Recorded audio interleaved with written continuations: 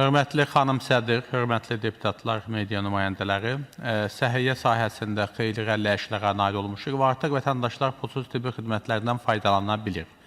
İldən ilə də sığorta paketinə daxil olan xəstəliklərin sayı artır. Bununla bərabər bəzi narahatlıq doğuran xəstəliklərin də paketə daha tez daxil olunması çox vacibdir.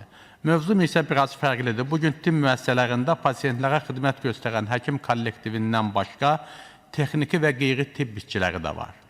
Tibb sahəsində, xəstəxana və tibb müəssisələrində çalışan qeyri-tibb, texniki, təsərrüfat sahələrində çalışan işçilərin əmək haqqları çox aşağıdır.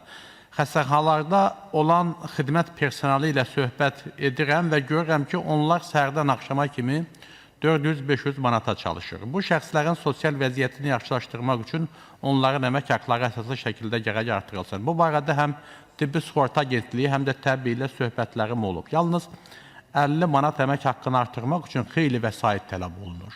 Çünki onların sayı həddindən artıq çoxdur. Buna görə də büdcə vəsaitlərinin müzakirəsi və qəbulu zamanı bu məsələnin prioritet kimi nəzərdən keçirilməsini istərdim. Təşəkkür edirəm, xanım sədr.